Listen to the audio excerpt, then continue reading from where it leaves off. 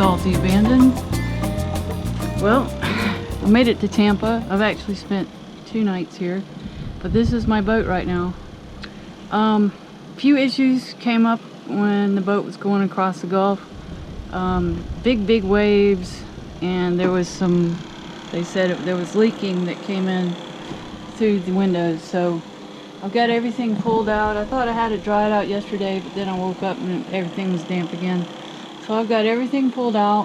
The floor felt damp.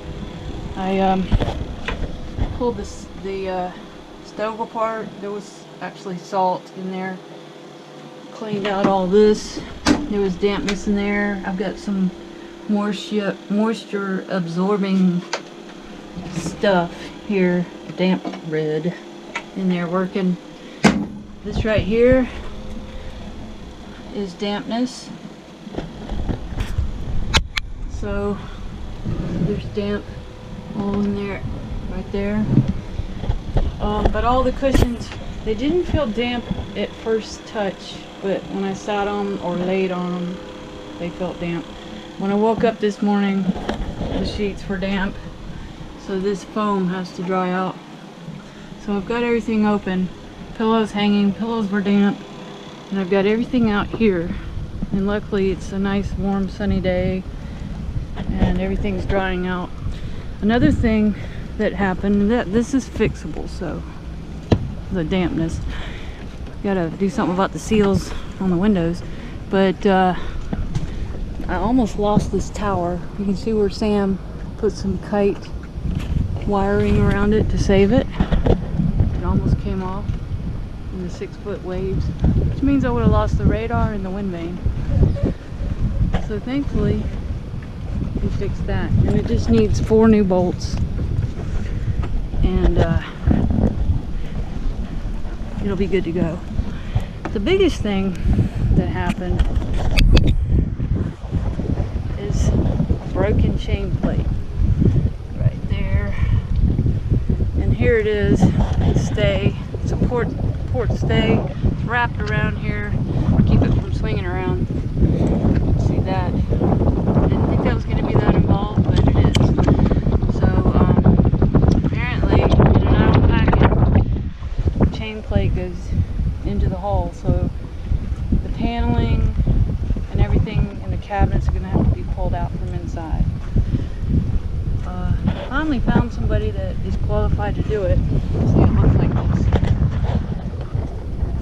Found somebody to do it, but he's busy, which hopefully means he's good. And he's going to come tomorrow and look at it and give me an assessment, and hopefully get to it in a couple of days. I told him I was on my way to the Bahamas.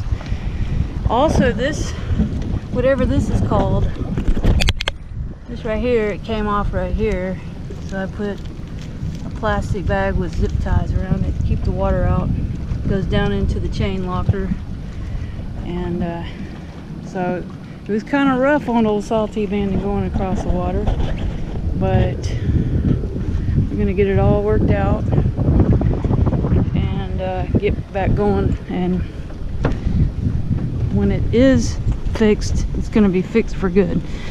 And I was told by several people that if one chain plate breaks, you better have them all checked. So the boat was under a lot of stress, and I probably won't be under that kind of stress again. I mean, 35-mile-an-hour winds, 6-foot waves. That's why I had somebody take it across the Gulf, because I'm not really a fan of that. So I'm not going to be out in that kind of weather. But if I'm here, they make island packets, you know, just right down the road. I believe up the road. I believe it's in Clearwater. So hopefully they'll have all the parts and have the knowledge. I know they have the knowledge, and get it all up to speed. It is a 1988 boat, so I guess it just wore out, or maybe there was some corrosion. But all this is going to have to be taken out right here to get to it, because there's the chain plate. So it goes down here. So all this has got to come out.